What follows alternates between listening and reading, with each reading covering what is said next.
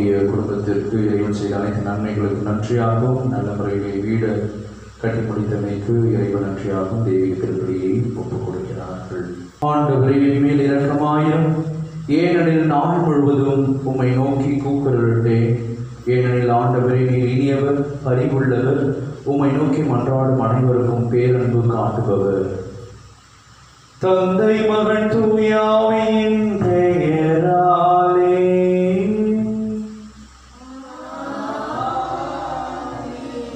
நம் ஆண்டவராகிய இயேசு கிறிஸ்துவின் அருளும் கடவுளின் அன்பும் தூயாவியானவரின் நட்புறவும் உங்கள் அனைவரோடும் இருப்பதாக.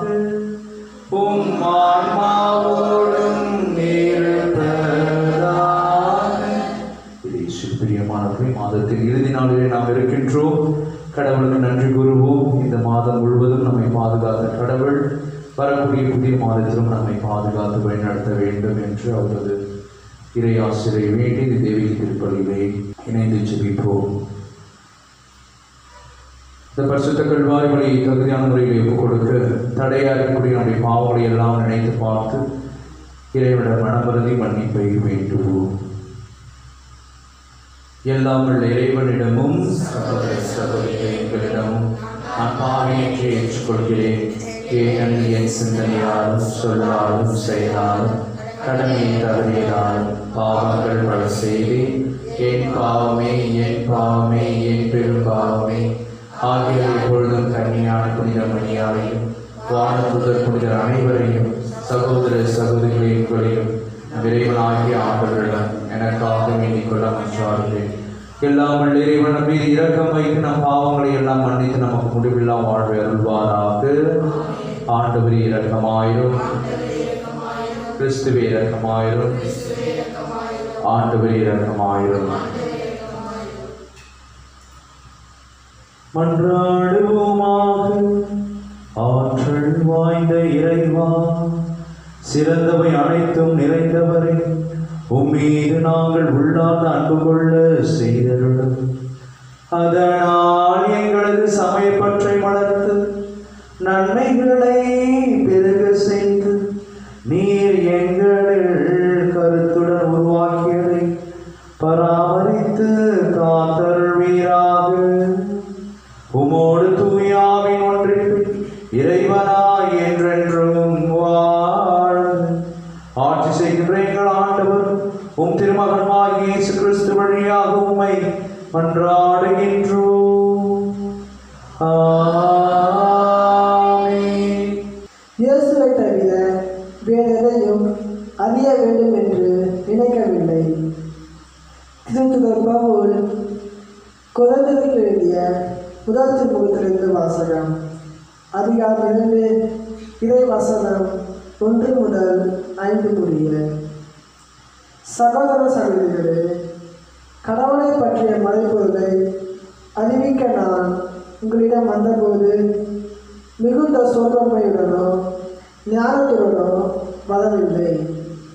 நான் உங்களிடம் இருந்தபோது மெசியாவாகிய இயேசுவை தவிர, அதுவும் சிலுவையில் அறையப்பட்ட அவரை தவிர வேறு எதையும் அறிய வேண்டும் என்று நினைக்கவில்லை. நான் உங்கள் நடுவில் வலுவற்றவனாய் மிகுந்த அச்சத்தோடும் நடுக்கத்தோடும் இருந்தேன். நான் பறைசாற்றிய செய்தி ஞானத்தின் கவர்ச்சியான சொற்களில் அமையவில்லை.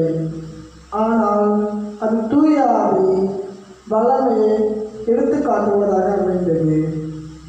உங்கள் நம்பிக்கைக்கு அடிப்படை மனித ஞானம் அல்ல, கடவுளின் வல்லமையே. ஆண்டவர் வழங்கும் பதில்வாக்கு. இறைவா உமக்கு நன்றி. பதிலுரை பாடல் திருப்பாடல் 119. நாம் சொல்ல வேண்டிய பதில்: ஆண்டவரை திருச்சட்டத்தின் மீது எத்துணை பற்று கொண்டுள்ளேன்.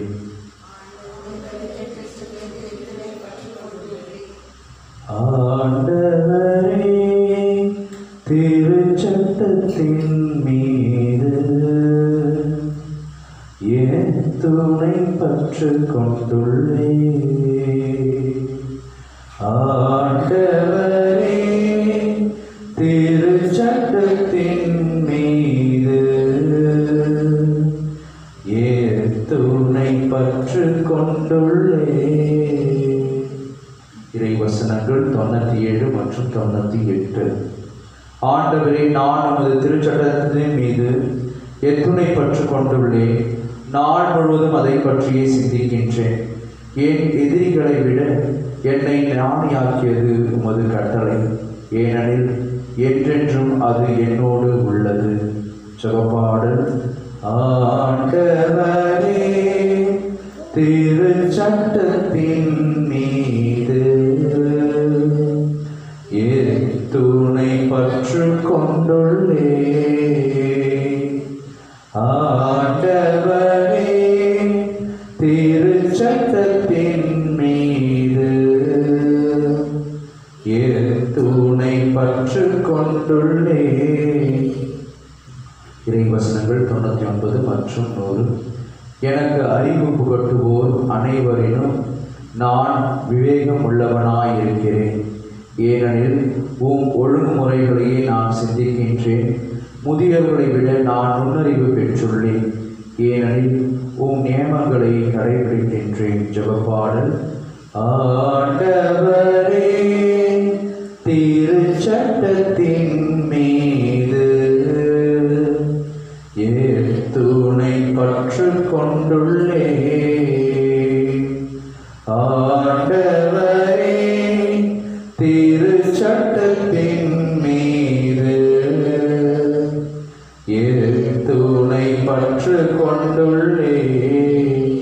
இறைவசனங்கள் 101 மற்றும் 102. வாக்கை கடைபிடிக்குமாறு தீய வழியிலும் நான் கால் வைக்காது பார்த்துக் கொள்கிறேன். நீதி நெறிகளை விட்டு நான் விலகவில்லை, ஏனெனில் நீதாமை எனக்கு கற்று தந்தீர். ஜெபப்பாடல். ஆண்டவரே, திருச்சட்டத்தின் மீது துணை பற்று கொண்டுள்ளேன். ஆண்டவரே, திருச்சட்டத்தின் மீது துணை பற்று கொண்டுள்ளேன். அல்லேலூயா, அல்லேலூயா, அல்லேலூயா, அல்லேலூயா, அல்லேலூயா, அல்லேலூயா, அல்லேலூயா. ஆண்டவர்களோடு இருப்பாராக. லூக்கா எழுதிய நற்செய்தியிலிருந்து வாசகம். அதிகாரம் 4. இறைச்சொற்றொடர்கள் 16 - 30 வரை. அக்காலத்தில் இயேசு தாம் வளர்ந்த ஊராகிய நாசரேத்துக்கு வந்தார். தமது வழக்கத்தின்படி ஓய்வு நாளில் தொழுகை கூடத்திற்கு சென்று வாசிக்க எழுந்தார். இறைவாக்கினர் எசையாவின் சுருளீடு அவரிடம் கொடுக்கப்பட்டது. அவர் அதை பிரித்தபோது கண்ட பகுதியில் இவ்வாறு எழுதியிருந்தது: ஆண்டவருடைய ஆவி என்மேல் உள்ளது, ஏனெனில் அவர் எனக்கு அருள் பொழிவு செய்துள்ளார். ஏழைகளுக்கு நற்செய்தியை அறிவிக்கவும், சிறைப்பட்டோர் விடுதலை அடைவர், பார்வையற்றோர் பார்வை பெறுவர் என முழக்கமிடவும், ஒடுக்கப்பட்டோரை விடுதலை செய்து அனுப்பவும், ஆண்டவர் அருள் தரும் ஆண்டினை முழக்கமிட்டு அறிவிக்கவும் அவர் என்னை அனுப்பியுள்ளார். பின்னர் அந்த ஏட்டை சுருட்டி ஏவலிடம் கொடுத்துவிட்டு அமர்ந்தார். தொழுகை கூடத்தில் இருந்தவர்களின் கண்கள் அனைத்தும் அவரையே உற்று நோக்கி இருந்தன. அப்பொழுது அவர் அவர்களை நோக்கி, நீங்கள் கேட்ட இந்த மறைநூல் வாக்கு இன்று நிறைவேறிற்று என்றார். அவர் வாயிலிருந்து வந்த அருள்மொழிகளை கேட்டு வியப்புற்று, இவர் யோசேப்பின் மகன் அல்லவா என கூறி எல்லோரும் அவரை பாராட்டினர். அவர் அவர்களிடம், நீங்கள் என்னிடம் மருத்துவரே, உண்மையே நீர் குணமாக்கிக் கொள்ளும் என்று பழமொழியை சொல்லி, கப்பர்நகூமில் நீர் செய்ததாக நாங்கள் கேள்விப்பட்டவற்றை எல்லாம் சொந்த ஊராகி இவ்விடத்திலும் செய்யும் என கண்டிப்பாய் கூறுவீர்கள். ஆனால் நான் உறுதியாக உங்களுக்கு சொல்லுகிறேன், இறைவாக்கினர் எவரும் தம் சொந்த ஊரில் ஏற்றுக்கொள்ளப்படுவதில்லை. உண்மையாக நான் உங்களுக்கு சொல்கிறேன், எலியாவின் காலத்தில் 3½ ஆண்டுகளாக வானம் பொய்தது, நாடெங்கும் பெரும் பஞ்சம் உண்டானது. அக்காலத்தில் இஸ்ரவேலிடையே கைம்பெண்கள் பலர் இருந்தனர். ஆயினும் அவர்களுள் எவரிடமும் எலியா அனுப்பப்படவில்லை. சீதோனை சேர்ந்த சாரபாத்தில் வாழ்ந்த ஒரு கைம்பெண்ணிடமே அனுப்பப்பட்டார். மேலும் இறைவாக்கினர் எலிசாவின் காலத்தில் இஸ்ரேலிடையே தொழுநோயாளர்கள் பலர் இருந்தனர். ஆயினும் அவர்களுள் எவருக்கும் நோய் நீங்கவில்லை. சிரியாவை சார்ந்த நாமானுக்கே நோய் நீங்கிற்று என்றார். தொழுகை கூடத்தில் இருந்த யாவரும் இவற்றை கேட்டபொழுது சீற்றம் கொண்டனர். அவர்கள் எழுந்து அவரை ஊருக்கு வெளியே துரத்தி அவ்வூரில் அமைந்திருந்த மலை உச்சிலிருந்து கீழே தள்ளிவிட இழுத்துச் சென்றனர். ஆனால் அவர்கள் நடுவே இருந்து சென்று அங்கிருந்து போய்விட்டார். ஆண்டவர் வழங்கும் அருள்வாக்கு. தெய்வா உமக்கு நன்றி. பிரியமானவர்களே, இறைவனுடைய வார்த்தையை அறிவிக்கின்ற பொழுது நாம் எவ்வாறாக அவற்றை அறிவிக்க வேண்டும் என்பதை இன்றைய முதல் வாசகத்தின் வழியாக பவுலடியார் சொல்கின்றார். நமது வார்த்தை ஜாலங்கள் அல்ல. நாம் எந்த ஒரு செய்தியை சொல்கிறோமோ அதனுடைய உள் சாரமும் அல்ல. மாறாக நாம் இறை வார்த்தையை எடுத்துரைக்கின்ற பொழுது தூய ஆவியானவர் நமக்குள்ளே செயல்பட வேண்டும். தூய ஆவியானவருடைய வாய்மொழியாக நாம் எடுத்துரைக்கக்கூடிய சொற்கள், எடுத்துரைக்கக்கூடிய கருத்துக்கள் இருக்க வேண்டும். ஆகவே தூயாவின் வல்லமையால் நாம் ஏவப்படுகின்ற பொழுதுதான் நாம் சொல்லக்கூடிய செய்தி, இறைவனுடைய வார்த்தை பிறரை தொடும் என்கின்ற செய்தியை இன்று முதல் வாசகத்திலே நமக்கு பவுலடியார் சுட்டி காட்டுகின்றார். இன்றைய நற்செய்தியின் வழியாக எண்ணற்ற செய்திகளை இறைவன் நமக்கு தருகின்றார். கடவுளுடைய வார்த்தைகளை பிறரிடம் நாம் சொல்லுகின்ற பொழுது நாம் ஆண்டவருடைய ஆவியால் ஆட்கொள்ளப்பட வேண்டும் என்றும், மேலுமாக அந்த ஆவி எவ்வாறாக பிறரை தொடுகின்றது, இறை வார்த்தை வழியாக எவ்வாறாக தொடுகின்றது, யாரையெல்லாம் நாம் சந்தித்து அவர்களுக்கு நற்செய்தியை அறிவிக்க வேண்டும், எவ்வாறாக நமது வாய்மொழியால் அல்ல, நமது செயல் வடிவத்திலே. கடவுளுடைய ஆவி நம்மத்திலே இருக்கின்ற பொழுது நாம் தூய ஆவியால் ஏவப்படுகின்றோம், தூய ஆவியால் நாம் தொடப்படுகின்றோம், நாம் சொல்லக்கூடிய வார்த்தை பிறரை தொடுகின்றது. இரண்டாவதாக நற்செய்தி வழியாக இறைவன் சொல்லுவது, அவை வார்த்தையாக இருந்து விடாமல் செயலாக இருக்கின்ற பொழுது அவை பன்மடங்கான பலனை தருகின்றது. எவ்வாறாக செயல்? நாம் ஏழை எளிய மக்களுக்கு உதவுகின்ற பொழுது, சிறையில் இருப்பவர்களை நாம் சந்திக்கின்ற பொழுது, ஆண்டவருடைய ஆண்டை முழக்கமிட்டு அறிவிக்கின்ற பொழுது, பார்வையற்றோர் பார்வை பெறுவர், கடவுள் மீது விசுவாசம் வையுங்கள், அனைத்தும் நடக்கும் என்கின்ற ஒளியை நாம் பிறருக்கு தருகின்ற பொழுது நாம் கடவுளுக்கு அர்ப்பணமான பிள்ளைகளாக, அவர் விரும்பக்கூடிய ஒரு இறைவார்த்தை எடுத்து எம்பக்கூடிய பிள்ளைகளாக நாம் மாறுகின்றோம். மேலுமாக இந்த நாளின் மூன்றாவது செய்தியாக இறைவன் நமக்கு சொல்லுவது, நாம் கடவுள் மீது ஆழமாக விசுவாசம் வைப்பதோடு கடவுள் அனுப்பக்கூடிய அந்த நபர் மீது நாம் விசுவாசம் வைக்க வேண்டும். ஆகவேதான் நாம் பார்க்கின்றோம், எண்ணற்ற இடத்திலே மக்கள் கூடி ஜெபிக்கிறார்கள், அங்கே அற்புதங்கள் நிகழவில்லை. ஆனால் இஸ்ரேலை தவிர்த்த பிற இடங்களுக்கு எலியா செல்கின்றார், எலிசா செல்கின்றார், அங்கே மழை பொழிகிறது, அங்கே எண்ணற்ற அதிசயங்கள் நடப்பதை நாம் பார்க்கின்றோம். தொழுநோயிலிருந்து விடுதலை பெறக்கூடிய நபரை பற்றி கூட இன்றைய நற்செய்தியிலே நாம் கேட்டோம், நாமானை பற்றி நாம் கேட்டோம். ஆக யாரெல்லாம் விசுவாசம் கொண்டிருக்கிறார்களோ, யாரெல்லாம் இறைவனுடைய வார்த்தை எடுத்துரைக்கக்கூடிய நபர்கள் மீது விசுவாசம் கொள்கிறார்களோ அவர்கள் கடவுள் அதிசயங்களை செய்கிறார். ஆகவே நாம் எவ்வாறாக இருக்கின்றோம்? வெறும் கடவுளுடைய வார்த்தையை கேட்டுவிட்டு அவரை வீட்டுக்கு சொல்கிறோமா, அல்லது அந்த வார்த்தைக்கு வாழ்வு கொடுக்கிறோமா, அந்த வார்த்தை எடுத்துரைக்கக்கூடிய அந்த நபர் மீது நம்பிக்கை வைக்கிறோமா என்பதை ஆழ்ந்து சிந்திப்போம். இறைவன் நம்மையும் நமது குடும்பத்தையும் ஆசீர்வதிப்பார். ஆமென்.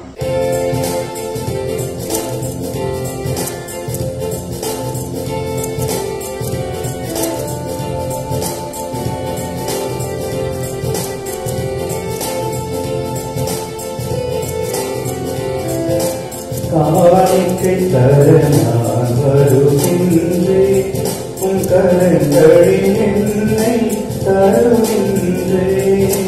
காணிக்கை தர நான் வருகின்றேன், என்ன கொடுத்தாலும்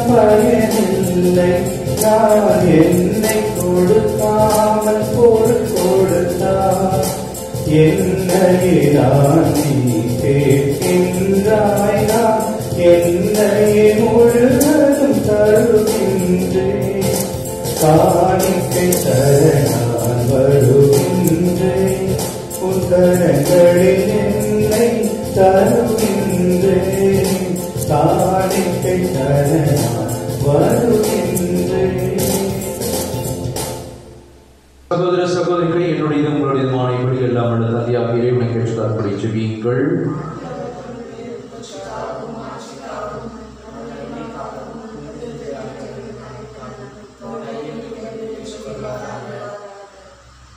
ஆண்டவரே, என்றும் புனிதமான இக்காணிக்கை மீன்படைக்கும் ஆசியை எங்கள் மீது பொழிப்பதாகும். இவ்வாறு அருளடையாள முறைகள் நிகழும் இப்படி முத ஆற்றலால் நிறைவேறுவதாகும். ஆண்டவராகிய இயேசு கிறிஸ்து வழியாக மன்றாடுகின்றோம். ஆண்டவர் உங்களோடு இருப்பாராக. இதயங்களை மேலே எழுப்புங்கள். நம் இறைவனாகிய ஆண்டவருக்கு நன்றி கூறுவோம். ஆண்டவரே, தூயவரான தந்தையே, என்றும் வாழும் எல்லாம் வல்ல இறைவா, எங்கள் ஆண்டவராகிய கிறிஸ்து வழியாக என்னாலும் எவ்விடத்திலும் நாங்கள் உமக்கு நன்றி செலுத்துவது மெய்யாகவே தகுதியும் நீதியுமாகும், எங்கள் கடமை மீட்புக்குரிய செயலுமாகும். ஏனெனில் கிறிஸ்து பிறந்து முன்னைய பாவ நிலையிலிருந்து மனிதரை புதுப்பித்தார், பாடுபட்டு எங்கள் பாவங்களை அழித்தார், இறந்தோரிடமிருந்து உயிர்த்தெழுந்த நிலை வாழ்வுக்கு வழிவகுத்தார். தந்தையை அவர் உம்மிடம் முன்னேறி வந்து விண்ணகத்தின் கதவுகளை திறந்து வைத்தார். ஆகவே வானகத்துதர் அணிகளோடும் புனிதரின் பெருந்திரளோடு நாங்கள் சேர்ந்து உமக்கு புகழ்ச்சி பணி செய்து முடிவின்றி சொல்லுவதாவது: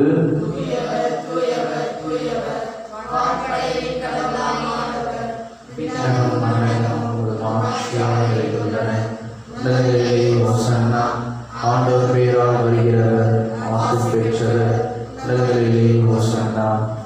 ஆண்டவரின் மெய்யாகவே தூயவர், தூய்மை அனைத்திற்கும் ஊற்று. ஆகவே உடைய ஆவியை பொழிந்து காணிக்கைகளை தூய்மைப்படுத்த வேண்டுகின்றோம். இவ்வாறு எங்கள் ஆண்டவர் இயேசு கிறிஸ்துவின் உடலும் இரத்தமுமாக எங்களுக்கு இவை மாறுபடவாக.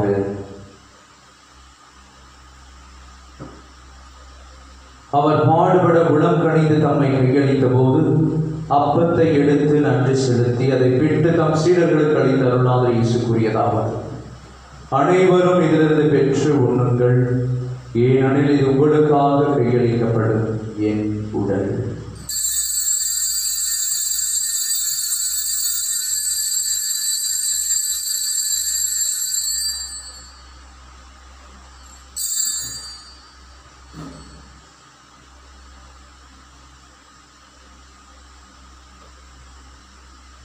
அவ்வண்ணமே இரவு விருந்தை அருந்திய பின் கிண்ணத்தையும் எடுத்து மீண்டும் நன்றி கூறி தம் சீடர்களுக்கு அளித்த அருள்நாதர் இயேசு கூறியதாவது: அனைவரும் இதிலிருந்து பெற்று பருகுங்கள், ஏனெனில் இது புதிய நிலையான உடன்படிக்கைக்குரிய என் ரத்தத்தின் கிண்ணம்.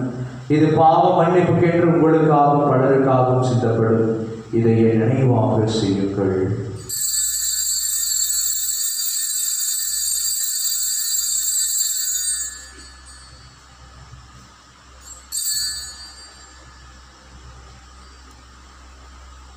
நம்பிக்கையின் மறைபொருள்.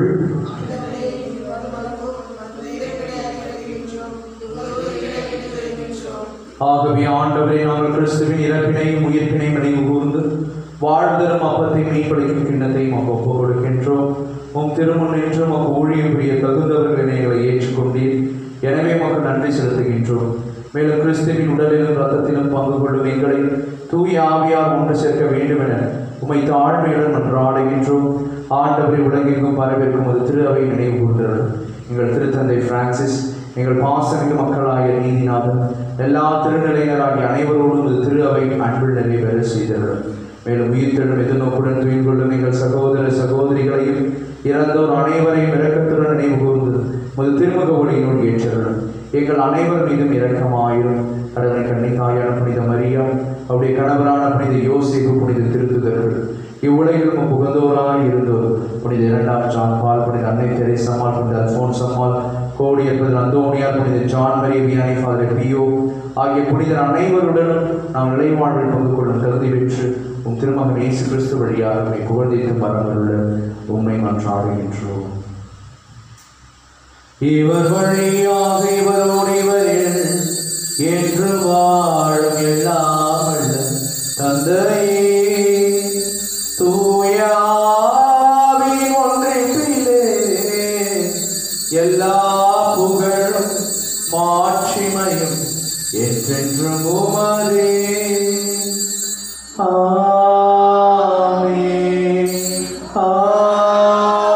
ஆமென்.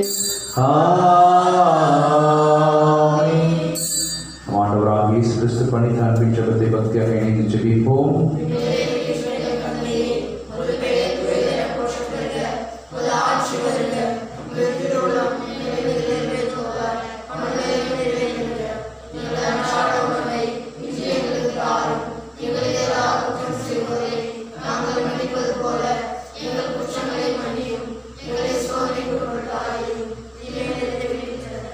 ஆண்டவரே, தீமை அனைத்திலிருந்தும் எங்களை விடுவித்து எங்கள் வாழ்நாளில் அமைதியை கனிவுடன் அருளுமை மன்றாடுகின்றோம்.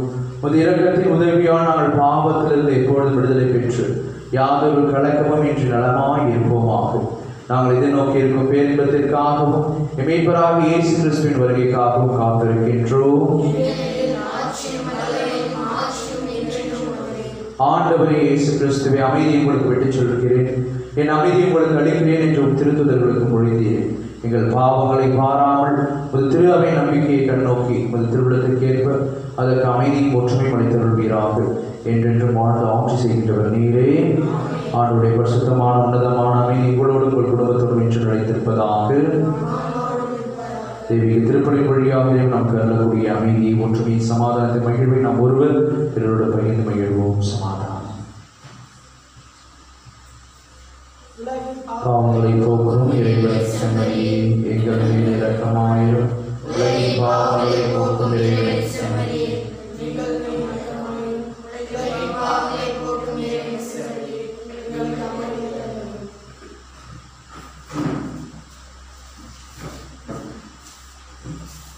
இதோ நம் ஆண்டவராகிய இயேசு கிறிஸ்து என்றும் வாழ்வெல்லாம் இறைவன், நீ கலங்காதே, திகையாதே, அச்சம் கொள்ளாதே, நான் உன்னோடு கூட இருக்கிறேன் என்று சொல்லக்கூடிய அன்பின் இயேசு நமத்தில் எழுந்தருளி வந்திருக்கிறார். நமக்கான புதிய வாழ்வை வழங்க இந்த செம்மறியின் திருவிருதுக்கு அழைக்க பெற்ற நம் ஒவ்வொருவரும் பெயர் பெற்றோர்.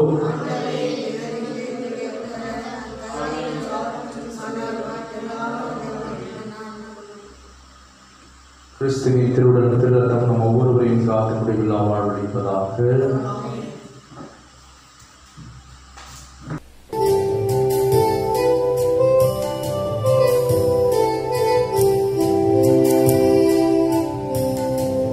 உன்னோடு நான் விருந்துண்ண வேண்டும், உன் வீட்டில் நான் குடிகொள்ள வேண்டும், உன் அன்பில் நான் உறவாட வேண்டும், உன்னோடு நான் என் வாழ்விலே இது ஒரு பொன்னாள், என்னது மதிலே நீ வரும் திருநாள், உன்னன்புக்காய் அனைத்தையும் இழப்பேன், உன்னன்புக்காய் அனைத்தையும் இழப்பேன், மன்னவன் உனக்காய் என்னையை கொடுப்பேன், உன்னோடு நான். ஆண்டவரை மக்கள் அஞ்சுவோர்கள் சேர்த்து வைத்திருக்கும் மது அருள் எத்துணை மிகுதி. நன்றி கூறி மன்றாடுவோமாக. ஆண்டவரே, விண்ணக உணவால் ஊட்டம் பெற்ற நாங்கள் உம்மை வேண்டுகின்றோம். அதனால் இந்த அன்பின் உணவு எங்கள் இதயங்களை உறுதிப்படுத்தி எங்கள் சகோதரர் சகோதரிகளில் உமக்கு பணிபுரிய எங்களுக்கு தூண்டி எழுப்புவதாக. எங்கள் ஆண்டவராகிய இயேசு கிறிஸ்து வழியாக உம்மை மன்றாடுகின்றோம். ஆண்டவர்களோடு இருப்பாராக.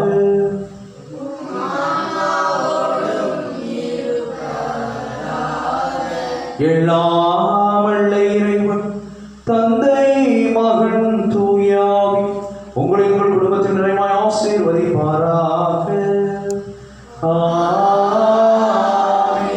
இயேசுவின் அன்பு நிலைத்து வாழ சென்று வாருங்கள், வாழ்க்கைப்படி தொடரட்டும்.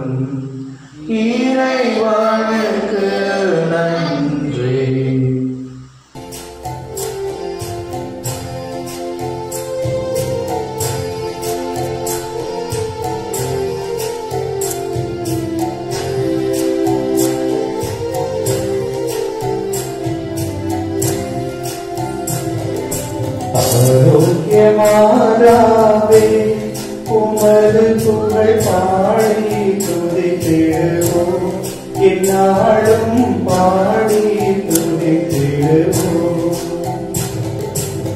அலைகள் மோதிடும் கடற்கரைகளிலே வசித்திட ஆசை வைத்தாயே.